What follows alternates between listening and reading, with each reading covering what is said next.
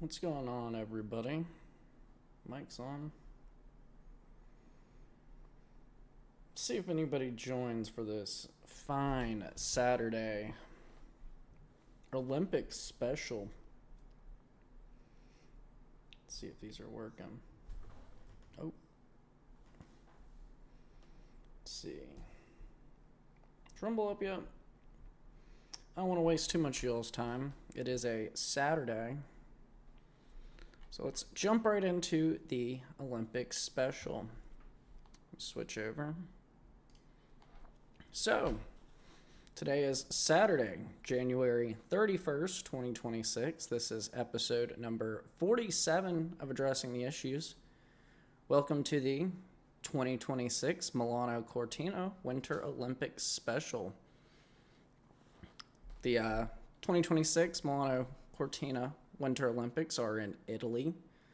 Olympic Games are officially between February 6th and February 22nd. The opening ceremony will be on the 6th, and the closing ceremony will be on the 22nd.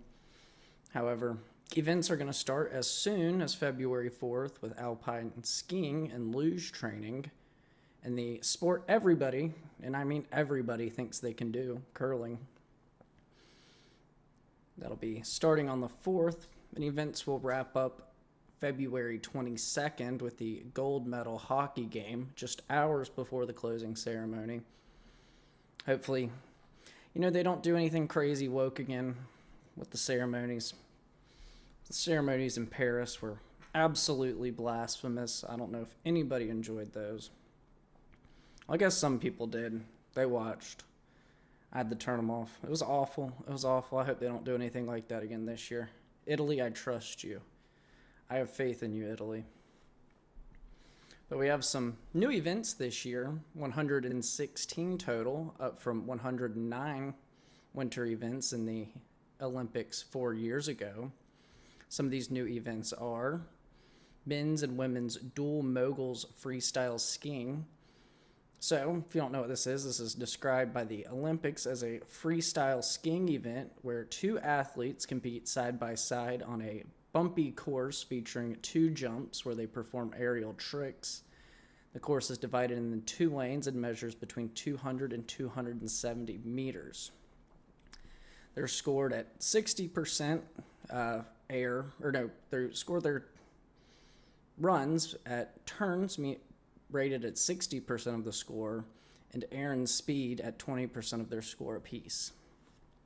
So it'll be interesting to see how that works. I've never seen it before. It's a new event, so.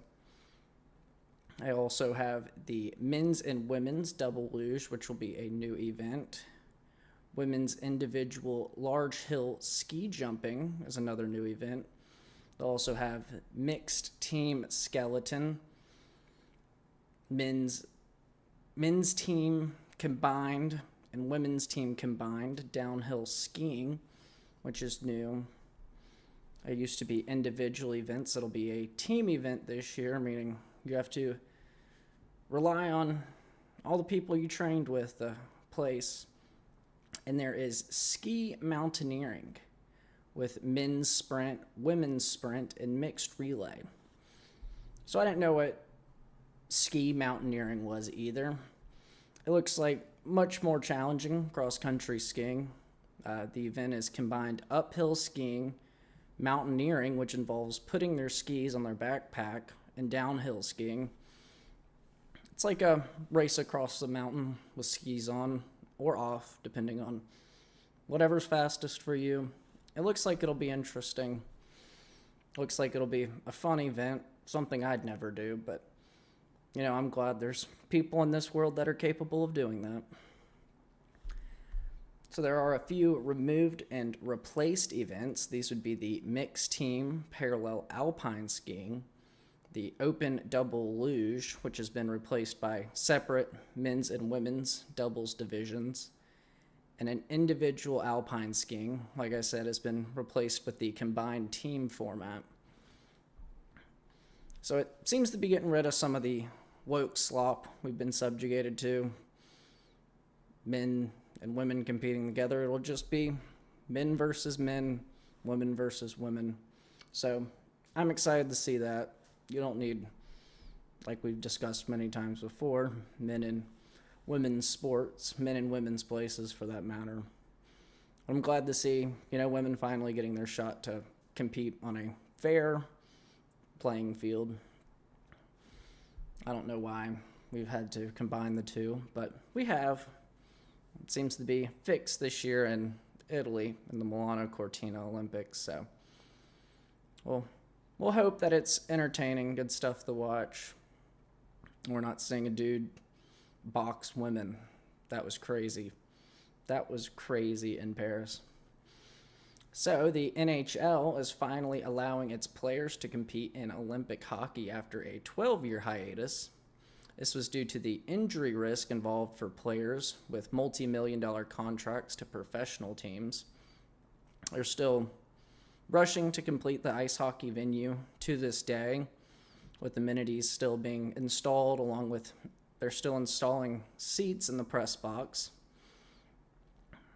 The ice may not be the right size, the size that the IIHF, the NHL, and the Olympic organizers agreed to, but NHL players seem to be still all in on competing, so I can't wait to see that. It's been 12 years too long. KHL players are allowed to compete, but NHL players aren't. It's really hindered the US and Canada, in particular those two countries, in previous international formats. And the locker rooms are essentially mobile trailers. They'll be set up outside the arena. The hockey players don't seem to have an issue with it yet. Maybe once they get there and find out. Well, they probably know, but once they get there and see it, they may have different opinions, but as of right now, they all seem to be excited to compete each other, excited to compete in the international format, best on best, country versus country. And the first event at the hockey venue, like I said, which is still under construction, is planned for February 5th. They still have plastic over the toilets. They're still installing seats and press boxes, still putting in amenities on the concourse, food vendors, stuff like that. We're 5 days out, but we'll see if they can do it. Whatever it is, it'll be good enough for the people that are there. I think everybody's just excited to see this format, especially given that NHL players will be allowed to compete again. And then there are the countries that are not going to be there. There are 2 countries currently banned from the Olympics, meaning athletes cannot compete under a flag, a country name, and cannot play a national anthem. These 2 countries are Russia and Belarus. Athletes from these countries must compete as individual neutral athletes. This stems from the Russia-Ukraine war. These athletes must prove that they have no active support for the war in Ukraine and no military or security service contracts. As of right now, there will be 7 Belarusian athletes and 13 Russian athletes. This isn't about the state-sponsored doping as exposed in the Icarus documentary. This is about an ongoing war, and these 2 were the 2 nations that were singled out. During the last Olympics, there were seven ongoing conflicts, including the Russia-Ukraine war, yet only Russia and Belarus were banned. Ukraine wasn't banned. Israel and Palestine war was going on. They both competed. Sudanese civil war was going on. They weren't banned. The Yemen civil war was going on. They weren't banned. Syrian civil war was going on. They weren't banned. Ethiopia was in conflict. They weren't banned. Haiti was overthrown by drug lords. They weren't banned. We're not being consistent here. We're just singling out Russia and Belarus, which actually have pretty good athletes, great tennis players, great hockey players. And it's a shame. It's a shame with the NHL allowing its players to compete in the Olympics for the first time since the 2014 games that we're not going to see best on best between Canada, Russia, and the U.S. I want to see the miracle on ice repeat every 4 years, just over and over again like clockwork. And I'm sure the other hockey superpower, Canada, would like a go with Russia too. I don't think anybody's scared of them. I think it's just silly that they're not allowed to compete. They didn't start the war. Maybe their country did, but the athletes didn't. Alexander Ovechkin didn't wander across Ukraine. He was actually training hockey in Washington, D.C. But this year there's an ongoing Christian genocide in Nigeria. They're not banned. They still have an athlete going. The U.S. captured the Venezuelan president. They're not banned. The U.S. isn't banned. And China continues to place Uyghurs in internment camps. They're not banned. Israel is still striking Palestine during a ceasefire. They're not banned. All I'm asking for is consistency here. Either you care or you don't. And I really just want to whoop some Ruski butt in hockey. That's how I feel about it. That's how a lot of people feel about it. It's not the players' fault. It's just this strange double standard that's applied to Russian and Belarusian athletes, especially given that none of them started the conflict or are continuing the conflict in Ukraine. They're not the ones flying drones. They're not the ones being attacked by drones. They just want to play sports. And I don't see why that's too much to ask. Just let the players play.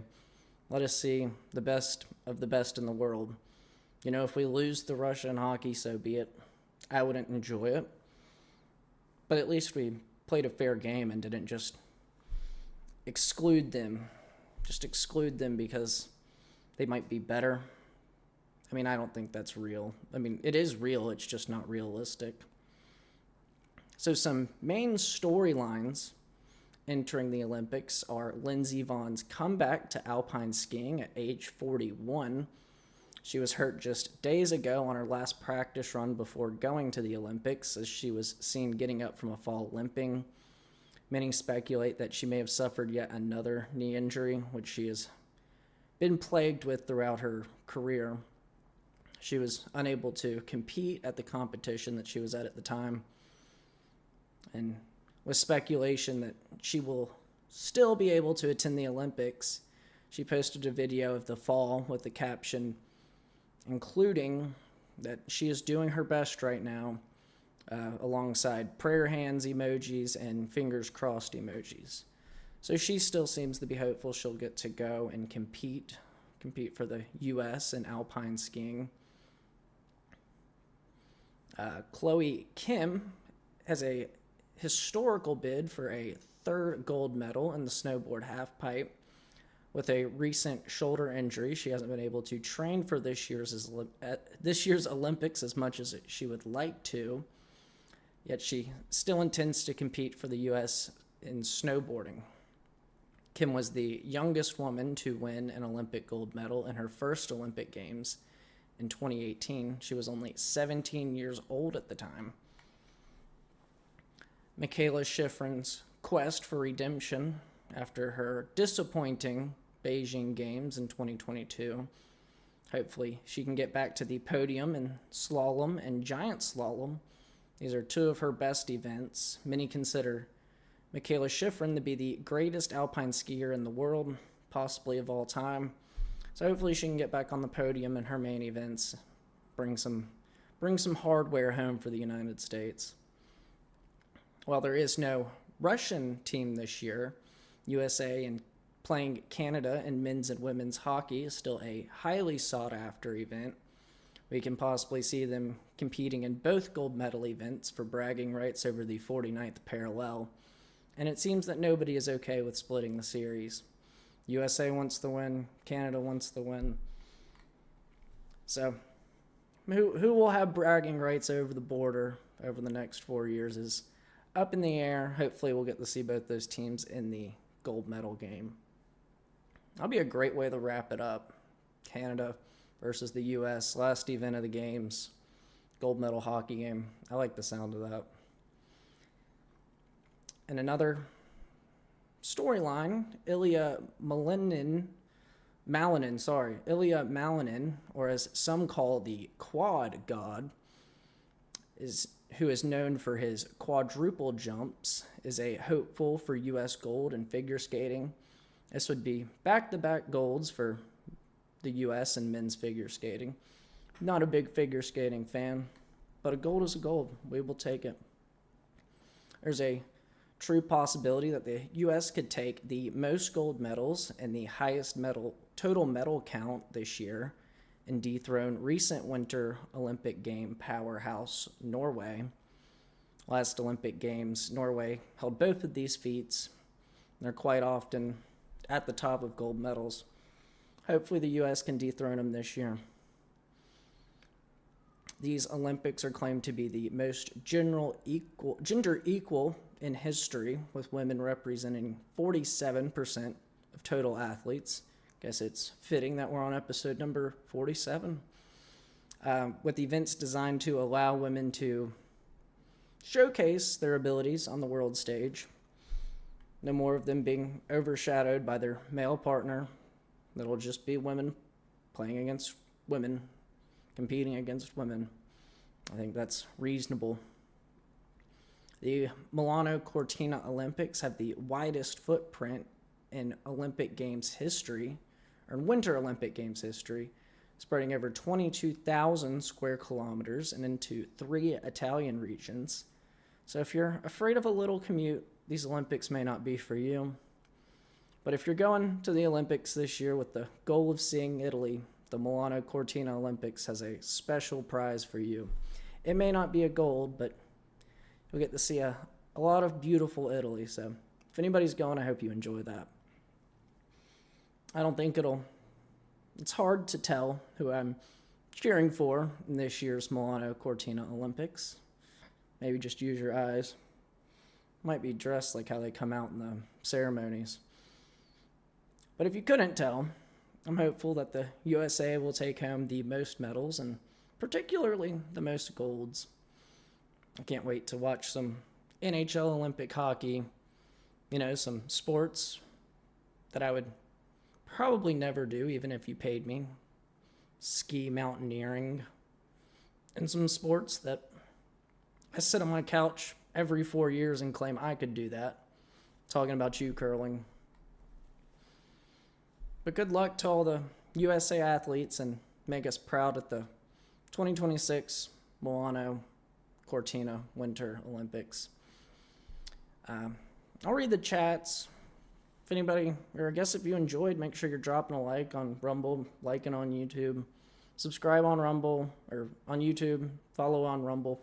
I'll probably be covering some things that happen in the Olympics, especially if the U.S. plays Canada in hockey. That'll be big news.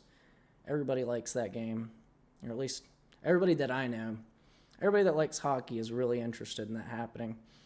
But I'll go through what chats we do have, and then we'll sign off. Construction delays are inevitable when things are done by committee. Absolutely. It's a time crunch right now, especially given the bureaucracy that is the Olympics. I think that's most evident in the Russia-Belarus debacle. But it's just the way it is.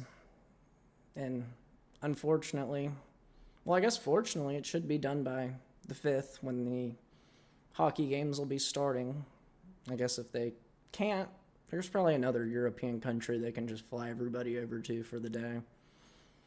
Most people that get sent over there, their countries have enough money to fly them around the world if they need be. Remember, we used to watch the opening ceremonies and eat the food from that country. Great tradition. Well, it sounds like you'll need some pasta this year. Maybe pizza. Maybe I don't even know. I'd eat some pasta.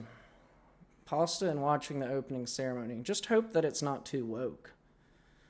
I mean, watching the Paris one, I would have evacuated my entire stomach if I was trying to eat during some of that monstrosity they propagandized on us. It was absolutely horrid. I'm just hopeful that they'll have it fixed this year. Italy, don't wokeify us. I have high hopes for you, Italy. Definitely pasta. Maybe some seafood in it. Seafood pasta, shellfish, clams, mussels, linguine, an Italian wine sauce. Sounds like a plan. I'm coming over to your house.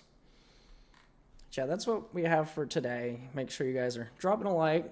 Hope you're excited for the 2026 Milano Cortina Winter Olympics as I am. And I hope the U.S. wins them all. So I'll sign off. It'll be a little different today. Nobody's driving home from work. Or probably not. You might be. But it's 4 on a Saturday. I hope you're like practicing for the next Olympics or something. Something productive. Yeah, we'll sign off here. Good luck to all the USA athletes, and please make us proud at the Milano Cortina Winter Olympics. Thank you, guys.